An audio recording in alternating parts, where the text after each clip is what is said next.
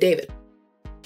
And I'm like, hey, this girl's saying that you're a 13-year-old, you need to explain yourself. He was like, dude, that's not even true. Like, she's like 19. And I was like, no, she's not. She said she's 13. Like, show me proof. And you know what? He showed me proof. And I was like, okay. I wasn't being stupid. I was like, no, show me proof. What? Okay? Like, I need to see actual evidence because... The conversation surrounding the David Anthony Burke case has taken another unexpected turn. And this time, the attention is not centered on a court filing, a scheduled hearing, or a formal evidentiary development. Instead, attention has shifted toward the people from David's own circle who are finally beginning to speak. After months of online speculation, public debate, and growing scrutiny directed at those who were once closest to him, one familiar name has stepped forward in a more substantive way than before. I'm trying not to cry when I talk about this situation, but it's honestly hell. Literally, Jason was trying to get me kicked out of this party for no reason. And one of the things that I always come on here and try and vouch for with people, especially like people who are a little bit more like awkward like I am. Like, bro ganged up hella people against me for me to get kicked out of somewhere where I wasn't doing it. I met David when I was modeling on a set. I got hired as a model on his set. We hung out, hired as a stylist on his tour. Asia Collins, known to many as someone who was once very publicly close to David, Asia's recent comments have quickly become a major topic of conversation, and they have raised as many questions as they have answered. We used to be friends, but obviously when I found everything out, we stopped being friends. Like, do you think I still support this guy? No. Good. And when all this stuff came out about David and them, it was really, really frustrating and honestly just difficult because... For a long time, many people following this case wondered whether anyone from David's immediate social circle would publicly address the situation in meaningful terms. Asia had remained largely quiet for an extended period while speculation continued to build online. Several short social media posts, a Reddit AMA, and a live stream in which the central situation was barely addressed, those represented the sum total of her public engagement with a story in which her name had become one of the most consistently discussed. That limited public presence only fueled more questions. Why so little? Why so late? What was she waiting for? A lot of people were affected. That's what a lot of people are not going to understand. Like people are attacking Jason for the David thing. All Jason did was make some songs with bro. Maybe they were friends, but why are people blaming David's actions on Jason? Sakura was at Jason or David's house with me on the 4th of July party. Does that mean that David's actions equal Sakura? No. Now, with Asia choosing to speak more openly, people are paying close attention to what she has to say, and whether it provides any genuine new insight into the events that have been unfolding in the formal case record and in public discussion. One point that has been consistently raised as Asia's public profile in this story developed is a concern that some people connected to David have appeared more focused on managing their own public image than on addressing the larger situation. That perception has followed Asia specifically because of how closely and how publicly she was associated with David in the period before this case became national news. Live streams, social media content, events. Asia was one of the most visible people in David's orbit. And I've never wanted anyone to get attacked for David's actions. And I'm vouching for people because people like myself, like I'm getting attacked as well for things. And I've been fully cooperative with investigators and police and stuff like that because that's what I want to do. And so I just decided, I started crying. Like, being transparent, I started crying in front of my friends. I'm not a big crier, but,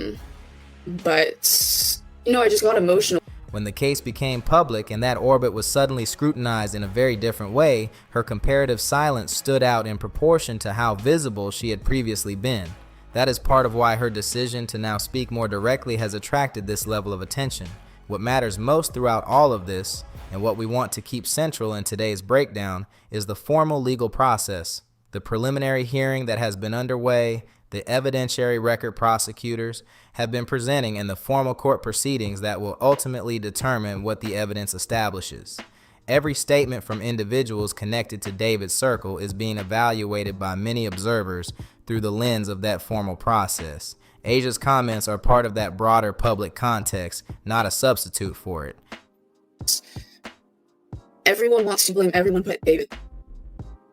Why are we blaming Jason? Why are we blaming Sakura? Why are we blaming me? Why are we... His name was Rex. What just happened? Are you okay? What just happened? Did she just spill her drink on me to scare the... I will say though, there is one thing I do definitely want to talk about with the David situation. I texted this girl because I see this, the missing poster, and I'm like, yo, that's my friend's girlfriend.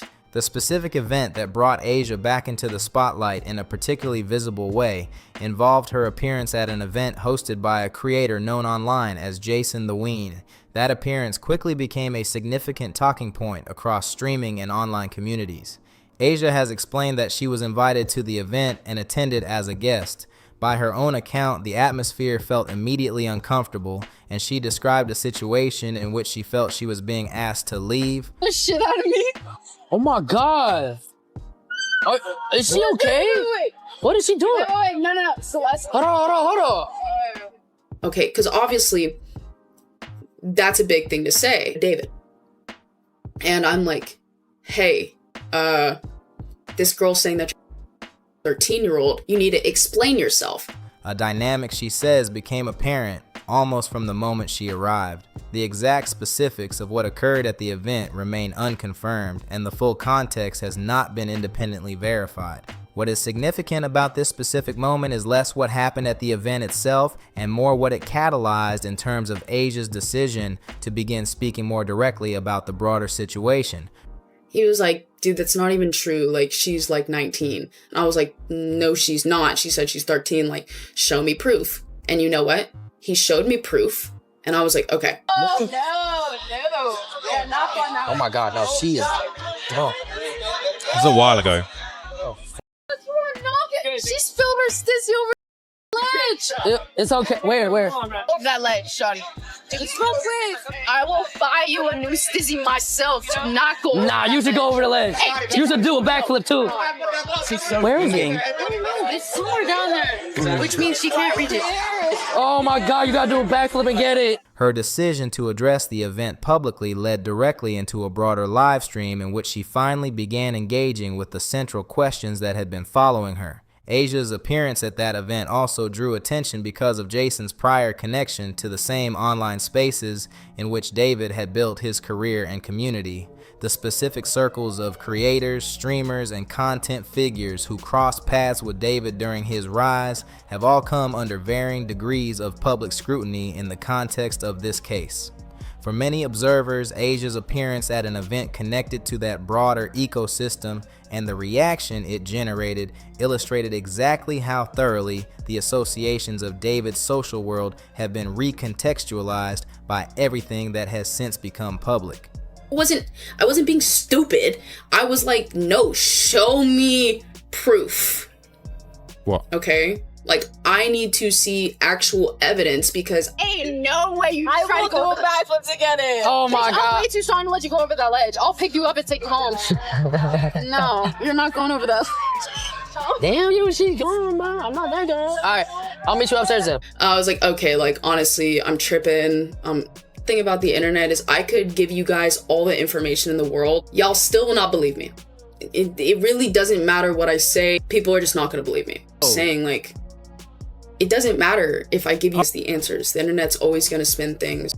Or interfering with David's defense. Show the proof. I have not protected anyone. Proof? The immediate online reaction was intense, not because the event itself was significant in a formal evidentiary sense.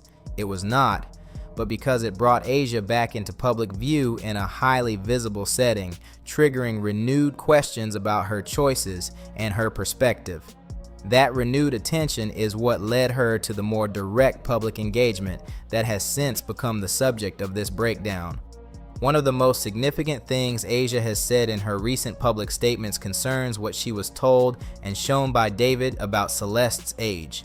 This is the area of her account that has generated the most sustained and most serious public debate, and it deserves to be examined carefully. According to Asia's account, she did confront David after seeing information being raised online about concerns relating to another individual's age. She says that David, in response, showed her material that convinced her the person in question was an adult. The moment investigators wanted to speak to me, I told them everything I knew because I just wanted to, whatever information I can give, I just wanted to help. People were saying that I'm protecting certain people the very moment I found out about this shit. Even on tour. When this stuff happened, I immediately flew away from that tour. Like, I've just been terrified ever since. A lot of people are like, oh yeah, maybe just take a break from things. I took a break for like 8 months, but people forget, like, I do enjoy like making content and being on social. And that she accepted that explanation at the time. That explanation is at the center of one of the most significant ongoing debates about Asia's role in this story. Several things are worth noting about it clearly. First, what David allegedly showed her has never been publicly revealed. It is not part of the public record, whether it was a document, a communication, some form of identification, or something else entirely, is not publicly known. Without that information, assessing how convincing it would have been or should have been is genuinely difficult. People who are shown false or misleading information by someone they trust can and do accept it without immediate grounds for suspicion. Second, there is documented public discussion, specifically screenshots that have been circulating and that have been confirmed in public discussion, indicating that Asia received information about concerns relating to Celeste's age while Celeste was still missing in early 2024 around Valentine's Day. If I didn't do anything wrong, I don't really understand why I have to. I've been so respectful to the case, and I wanted to go on the internet and just start like rambling about everything going on. I stayed quiet for the respect of, you know, information not getting tampered with and for everything to go directly to investigators. But, you know, like, honestly, there's really nothing I can do to make things better. That timing is significant. That specific disclosure is one of the most frequently referenced elements in online discussions about Asia, and it goes directly to the question of what she knew and when. Asia's account of confronting David and receiving an explanation that convinced her needs to be understood in the context of that specific documented instance. Third, Asia's explanation is ultimately an account of what she believed and why she believed it, not a formal legal determination of anything. The formal legal proceedings will address relevant facts through the evidentiary process. Asia is not a defendant in this case. She has not been charged with anything. Her public statements are part of a personal account of her experience, not part of the formal legal record. The question that comes up most persistently in public discussion of Asia's situation is straightforward. Why didn't she speak sooner? Asia has offered an explanation for her extended silence, specifically that she was concerned about speaking publicly while legal proceedings were still unfolding, and that she felt limited in what she could address. Sorry. No return policy. Bro, Jason, don't I'm start. sorry. I'm sorry. No return. I thought this was the beater thing. Hey, the pool, jacuzzi, everything's right there. Everyone's getting in. Oh my god. I don't know what So bad. I don't know half of the stuff you just said. Oh my god. Oh my, look what it is. Just make it. Fine. Need the bros, right? I'm on there and I'm up. Return policy. Sorry. You guys living? Now live. I got water. Just gonna return your load? You know that? What? Oh, yeah. Right, yeah. Oh yeah. She has also mentioned that she was privately supporting or defending people connected to the situation, including a friend known as Sakura, while choosing not to speak publicly herself. This explanation has received genuinely mixed public reaction, and it is worth engaging with that mixed reaction honestly rather than simply validating or dismissing it. On one side of the debate, concerns about legal proceedings are a legitimate reason for caution. When someone has been subpoenaed, interviewed by investigators, or has any formal role in connection with ongoing proceedings, they may genuinely face legal constraints on what they can say publicly. We cannot know from outside whether Asia had specific legal advice guiding her public communications.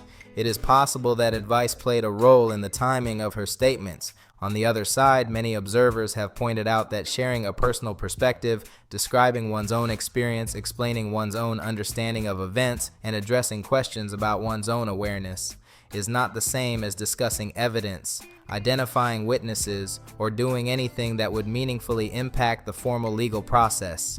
An individual who is not a party to a case can generally speak about their own experience without affecting the proceedings in any formal way. That distinction is real, and it is the basis for much of the public frustration with the timeline of Asia's statements. The formal case against David is being prosecuted by Deputy District Attorney Beth Silverman, one of the most experienced prosecutors in Los Angeles County. The evidentiary record in this case, as we have covered extensively, encompasses approximately 40 terabytes of digital material gathered through more than 54 search warrants and a court-authorized wiretap. That is a formal evidentiary foundation being tested in open court through the preliminary hearing process. No public statement by Asia Collins, however detailed, is going to meaningfully affect that formal proceeding. The outcome of this case will be determined by the evidence prosecutors present in that Los Angeles County courtroom, not by anything said in a live stream.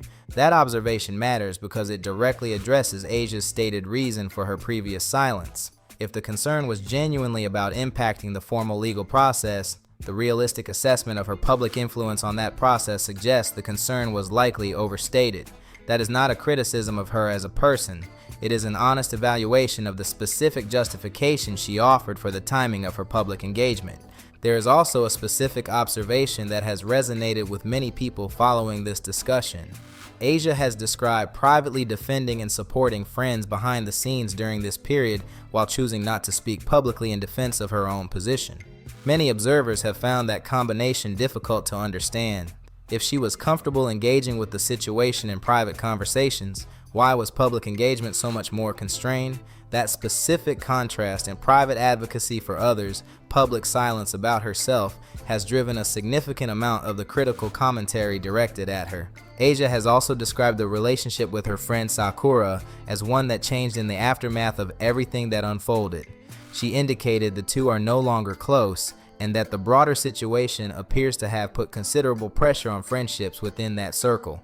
That is consistent with what has been observed more broadly, that David's arrest and the subsequent formal proceedings have caused significant shifts in how people who were once part of his social world relate to each other. Whether those relationship changes reflect genuine moral reckonings, practical self-protection, or simply the natural dissolution of social networks under extreme external pressure varies from person to person and likely involves elements of all three. The timing question is inseparable from a broader pattern that has been observed across multiple people connected to David's circle. The case became public in September 2025. David was arrested in April 2026. The preliminary hearing began in July 2026, and it is now, many months after the initial discovery, many months after the formal arrest, with the preliminary hearing already underway, that Asia is choosing to speak in the most direct terms she has yet used. That timeline matters in how people evaluate the sincerity and weight of public statements. It is not necessarily that statements made later are less sincere than those made earlier. People do process difficult situations on different timelines, and genuine realizations can arrive gradually rather than all at once. But there is also a structural reality that the longer someone waits to speak in situations like this, the more the audience questions whether the timing reflects genuine readiness or whether it reflects external factors, such as the diminishing viability of any expectation that David's professional situation might eventually recover, combined with the mounting pressure of being associated with someone whose case has only grown more serious over time. That is a pointed but not unfair observation. It has been raised frequently in public discussion and deserves to be addressed directly rather than sidestepped. The observation is not that Asia's current statements are false, it is that waiting until July 2026 to say things that could arguably have been said much earlier is a choice that invites scrutiny about what drove the timeline. Asia has also addressed the nature of her relationship with David directly. She has stated that the rumors and speculation that circulated online about the character of their relationship did not accurately reflect what it actually was. She has pushed back against various claims that spread across social media and has attempted to clarify her own position. The importance of that clarification is limited in one specific respect. The formal case against David does not turn on the nature of his relationship with Asia. The formal case centers on his alleged relationship with Celeste Rivas Hernandez. Asia's relationship with David is relevant to public discussion primarily because it shapes questions about what she knew and when, not because she is alleged to have participated in any wrongdoing. We want to be clear about that, as we have been throughout our coverage of Asia's connection to this story. Asia has not been charged with any crime in connection with this case. No official source has formally alleged her involvement in the central events under investigation. The scrutiny she has faced is scrutiny of association, of awareness, and of what she knew or should have known, not scrutiny of direct participation. One of the most commented upon aspects of Asia's recent live stream was the point at which she finally moved past discussion of the party event and into the more substantive questions about her connection to David and her awareness of the situation involving Celeste.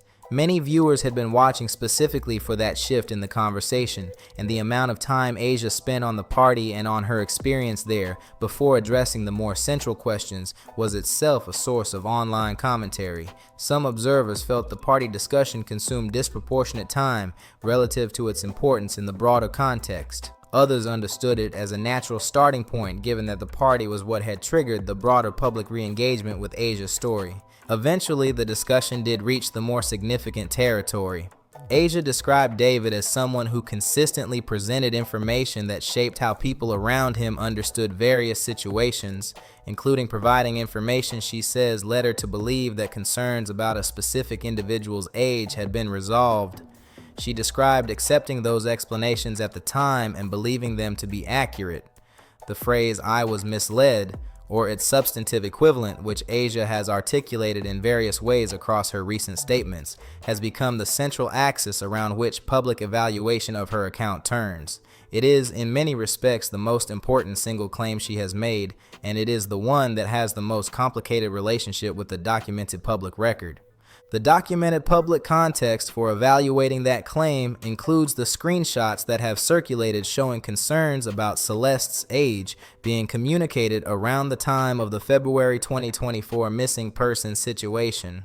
Those screenshots have been confirmed in public discussion as authentic by Asia herself. That confirmation means there is a documented instance in early 2024 where information about Celeste's status as a minor was communicated in a context connected to Asia. Asia's account, as she has described it, is that David showed her information in response to those concerns that convinced her the situation was different from what was being alleged. The material he allegedly showed her has never been publicly revealed or described in any detail. Without knowing what it was or what it purported to show, it is genuinely impossible to evaluate from the outside whether it was persuasive, whether it should have raised further questions, or whether it reflected a pattern of deliberate misdirection. What is publicly known is that the February 2024 period represents a critical documented moment in the formal case record, the same period during which LASD deputies visited David's residence and explicitly informed him that Celeste was a runaway. The formal prosecution case alleges that David responded to that law enforcement contact not by ending the relationship, but by paying a classmate $1,000 to deliver a new phone to Celeste after her parents confiscated her original device. If that documented context is accurate, it suggests that David was simultaneously managing information in multiple directions during this period, one with law enforcement, with Celeste's family, and potentially with people in his social circle. That broader context matters for evaluating the "I was misled" account. Not to conclude that Asia could or should have known what law enforcement knew, but to understand the full documented picture of what was allegedly happening during the specific period she describes. Asia has also spoken about having distanced herself from David once the situation became significantly clearer to her. She has described a point at which she recognized that things were far more serious than she had understood, and at which she chose to step back from her involvement rather than continuing as before. Many observers have welcomed that description as an important acknowledgement, one that represents a more direct and substantive public position than anything she had previously shared. At the same time, many have continued to ask the same foundational question that has run through this entire discussion. What specifically triggered that realization? When did it happen? And what was the sequence of events that moved her from accepting David's explanations to recognizing that those explanations were inadequate? Those details remain unpublicized. Asia has acknowledged the broad arc: confrontation, explanation, acceptance, eventual recognition, distancing, without providing the specific timeline and trigger points that would allow people following this story to evaluate that arc in its full context. The most important single missing piece, as many observers have noted, remains the material David allegedly showed her. If that material is ever publicly described or becomes part of the formal record, it could significantly change how people evaluate Asia's account of her own awareness. Until then, the gap between "he showed me something convincing" and "but we don't know what it was" will remain at the center of how this part of the story is discussed. Let us address the criticism that Asia's livestream generated, because some of it is substantive and deserves direct engagement rather than summary dismissal. The most pointed criticism directed at Asia's approach across her recent statements centers on the observable gap between her private behavior and her public behavior during this period. She has described defending friends in private conversations while maintaining limited public engagement with her own position. Many observers find that combination inconsistent. If she was willing to take positions privately, what specifically prevented her from doing so publicly?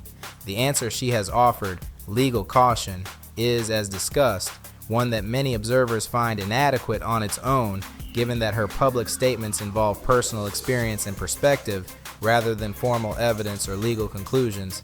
Whether or not that explanation is the complete picture, it has not fully satisfied the people who have been asking the underlying question. A second substantive criticism is that the framing of some of Asia's public statements, particularly around her experience at the party and the social dynamics of the creator community, has occasionally felt like it centers her own experience in a context where many observers believe the focus should remain on Celeste Rivas Hernandez and the formal legal proceedings. That is a fair observation. When someone publicly connected to a case involving a young girl's passing spends significant time discussing their experience at a party, the contrast can feel jarring to people who are following the case primarily for reasons related to accountability rather than creator-community dynamics. That is not a criticism unique to Asia. It is a broader observation about how public figures connected to high-profile cases navigate the tension between their own public image and the gravity of the underlying situation. But it is a real tension, and it has been visible in the public reaction to aspects of her recent statements. At the same time, it is important to be consistent about what we are and are not saying about Asia Collins in this breakdown. We are not saying she was involved in the central events under investigation. There is no public evidence supporting that claim, and no official source has alleged it. We are not saying her account of being misled is false. She may genuinely have believed the information she was provided by David. People who trust someone can be and regularly are deceived by them, including in situations involving serious harm to others. We are not saying her decision to limit public statements was made in bad faith. Legal caution can be a genuine and legitimate reason for communication restraint. What we are saying is that the questions people have been asking about what she knew, when she knew it, and what she did with that knowledge are legitimate and important questions. They are important not because Asia is alleged to have done anything criminal, but because understanding the full picture of how the events under investigation were able to unfold, including who knew what, who believed what, and who had opportunities to raise concerns that might have made a difference, is genuinely significant. The people around David during the years between those two facts are part of the documented context of how this case developed. Questions about that context are appropriate and should be engaged with seriously, as Asia has now, however, belatedly begun to do. As we close this breakdown, here's where things stand.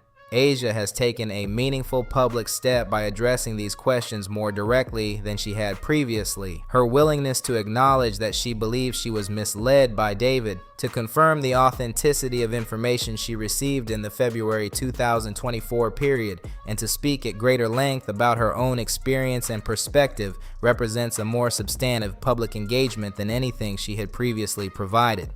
At the same time, significant gaps remain in her publicly stated account. The most important of those gaps, what David actually showed her and why she found it convincing, remains publicly unknown. How and when that gap might be filled, if ever, is something only Asia herself and the formal legal proceedings can determine. What is clear is that the broader public conversation about David's social circle and what people around him knew has now shifted in a meaningful way.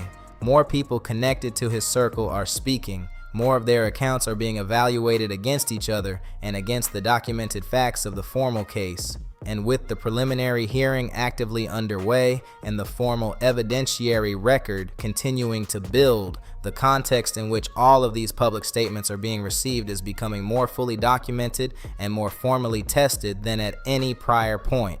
We will continue covering the formal legal proceedings as the central and most important thread in this story, while also tracking public statements from individuals connected to the case when those statements are significant enough to warrant coverage. Asia's recent comments fall into that category. Everything going forward will be evaluated through the same standard we have maintained throughout this series. Grounded in formally established information, honest about what is confirmed versus what remains uncertain, and consistently keeping Celeste at the center of why this story matters. Several additional threads from Asia's live stream and from the broader public reaction to it deserve coverage before we close today's breakdown. The live stream itself produced a few specific moments that drew widespread online commentary, and they are worth addressing because they illustrate the particular challenges facing anyone who attempts to address something this serious in a live streaming format. Throughout portions of the stream in which Asia was discussing genuinely serious topics, the investigation, her awareness of the situation, her relationship with David, live donation notifications, and viewer engagement alerts appeared on screen, as they do during all live streams. Several observers commented on the contrast between the gravity of the subject matter and the ongoing presence of real-time streaming engagement mechanics. This is not a criticism unique to Asia. It is a structural feature of the live stream format that makes it an imperfect venue for addressing very serious matters. But it was noticed and discussed, and it reflects a broader question about whether the live stream format, with all of its immediacy and interactivity, is the most appropriate vehicle for the kind of substantive, careful account that many people were hoping to hear. Asia also touched on the criticism that she had faced from her peer community in the creator space following the case becoming public. She described the experience of being subjected to significant online hostility and the pressure of becoming a target of widespread criticism. Her description of that experience was genuine, and the distress it reflected appeared real. At the same time, many observers watching the stream felt that while the personal experience of online criticism is genuinely difficult, the priority in a conversation about an investigation into the tragedy of a young girl should remain on that investigation, rather than on the personal impact of being criticized online. That tension between the human reality of Asia's experience and the priority of the larger story was visible in how different segments of the viewing audience responded to different parts of the stream. One final element of Asia's statements that deserves specific attention is her discussion of what she calls being shown information by David. In the context of what we know about the formal case, that specific framing is worth examining carefully. The formal prosecution case has documented a pattern of alleged deliberate deception across multiple dimensions of David's life and activities. The purchase of materials under a false name, the false text messages allegedly sent after April 23rd, the alleged removal of identifying features from Celeste's remains, the trips to remote locations alleged to be connected to disposal of evidence. Taken together, prosecutors have presented a picture of someone engaged in a sustained pattern of information management and misdirection. If that documented pattern of behavior is accurate, it provides important context for understanding what it might have meant to be shown information by David that conveyed a particular reassuring impression. Someone who was allegedly engaged in systematic deception across multiple domains would have had both the capability and the motivation to manage information presented to people in his social circle in calculated ways, providing just enough to prevent questions without providing enough to reveal what was actually happening. That context does not tell us what specifically David showed Asia or how convincing it was or should have been, but it does situate her account within a broader documented pattern that is consistent with deliberate information management by the individual at the center of the case. Asia's account, evaluated within that context, describes an experience that is structurally coherent with what the formal case record says about how David allegedly operated. Not confirmation of anything, but a description of personal experience that fits within the documented pattern of alleged conduct in ways that many observers have found credible, even while questions about specific details remain. Where does Asia's story go from here? She has indicated that she intends to continue addressing the outstanding questions, including, presumably, the central one about what David showed her and why she found it convincing. Whether she follows through and whether any future statements provide that specific clarity is something only time will tell. What is clear is that the conversation has shifted. After many months of limited public engagement, Asia has now established a position that she was misled by David, that she cooperated with investigators, and that she chose to distance herself once the situation became clear. That position is more defined and more accountable than anything she had previously stated publicly. Whether it is sufficient and whether it accurately and completely reflects her role in the broader documented timeline is something that the ongoing formal proceedings may eventually shed more light on, regardless of anything she says publicly. The formal case is proceeding. The preliminary hearing is underway.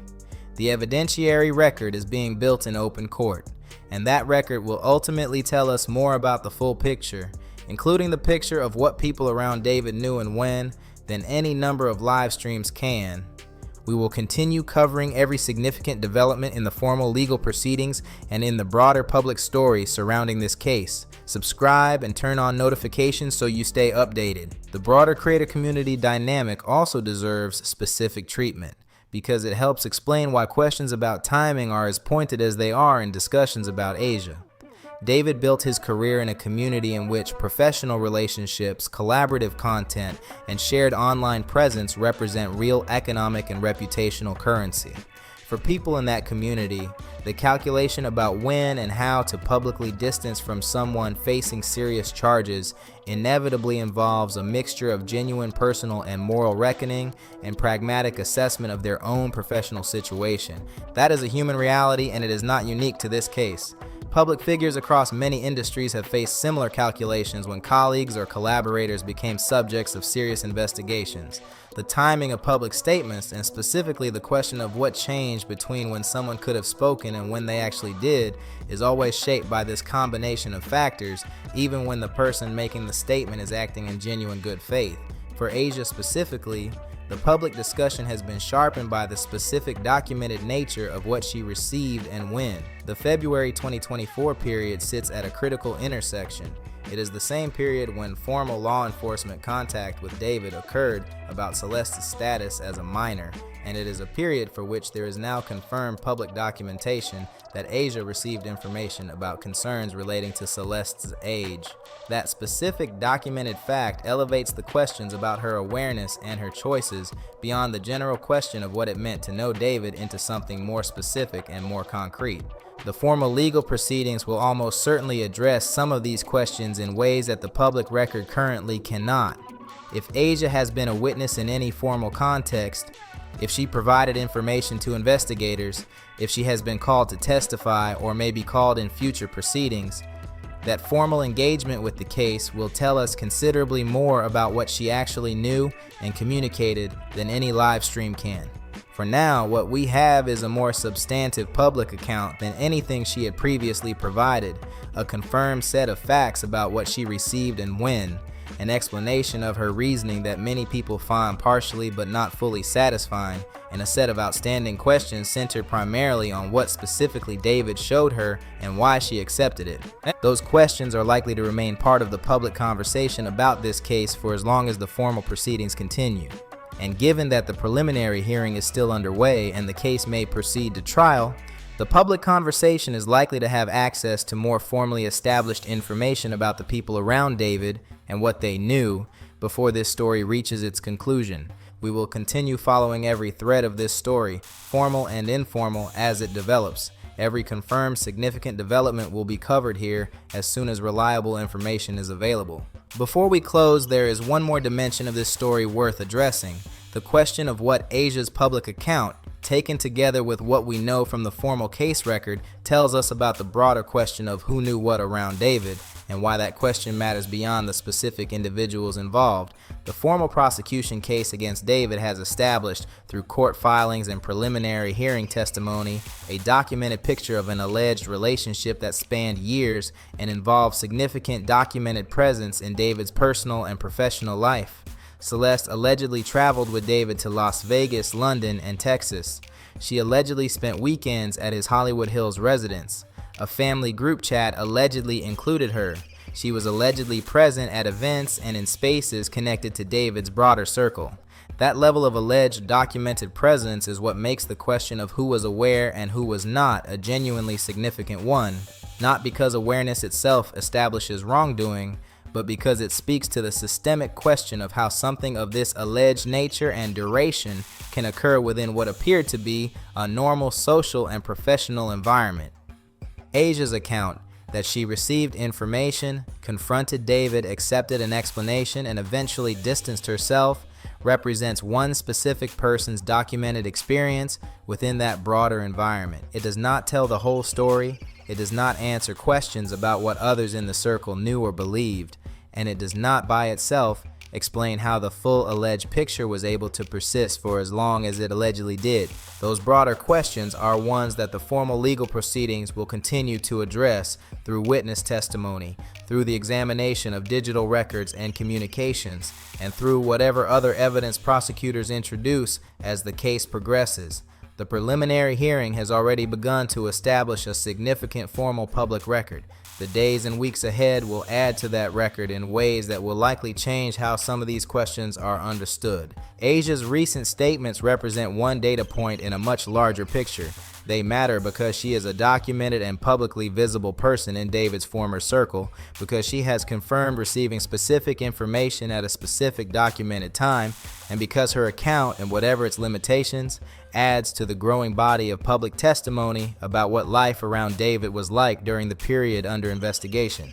For Celeste Rivas Hernandez and her family, none of these conversations ultimately matter as much as what happens in that Los Angeles County courtroom. The formal accountability they are seeking will be determined by the evidence presented through the formal legal process, not by Asia's live stream, not by our coverage of it, and not by the online debates that surround all of it. We cover this story because it matters. We cover it carefully because getting it right matters, and we continue to keep Celeste at the center of why we do it. One observation about the live stream format itself that deserves a brief final mention: throughout portions of the stream dealing with genuinely serious subject matter, live donation notifications and viewer engagement alerts appeared on screen as they do during all live streams. Several observers commented on the contrast between the gravity of the discussion and the ongoing presence of real-time streaming mechanics. This structural feature of the format, its immediacy, its interactivity, its economic incentives, makes it an imperfect venue for the kind of careful, substantive account many people were hoping to hear. That is not a personal criticism of Asia alone. It is a genuine observation about format mismatch that applies whenever serious matters are addressed through platforms optimized for entertainment and engagement rather than for thoughtful, accountable disclosure. The substance of what she said matters more than the format in which she said it, but the format is part of the full picture of what this moment was and what it produced.